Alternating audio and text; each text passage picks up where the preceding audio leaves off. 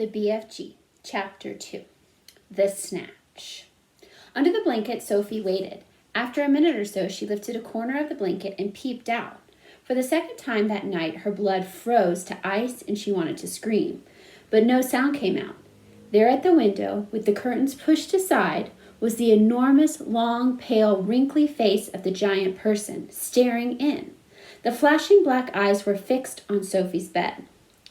The next moment, a huge hand with pale fingers came snaking in through the window. This was followed by an arm as thick as a tree trunk, and the arm, the hand, the fingers were reaching out across the room toward Sophie's bed. This time, Sophie really did scream, but only for a second, because very quickly the huge hand clamped down over her blanket, and the scream was smothered by the bedclothes. Sophie, crouching underneath the blanket, felt strong fingers grasping hold of her, and then she was lifted up from her bed, blanket and all, and whisked out of the window. If you can think of anything more terrifying than that happening to you in the middle of the night, then let's hear about it. The awful thing was that Sophie knew exactly what was going on, although she couldn't see it happening. She knew that a monster, or giant, with an enormous, long, pale, wrinkly face and dangerous eyes, had plucked her from her bed in the middle of the witching hour and was now carrying her out through the window, smothered in a blanket. What actually happened next was this.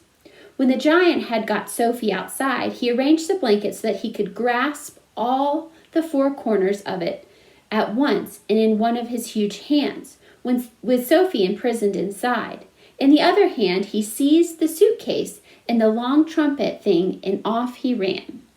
Sophie, by squirming around inside the blanket, managed to push the top of her head out through a little gap just below the giant's hand.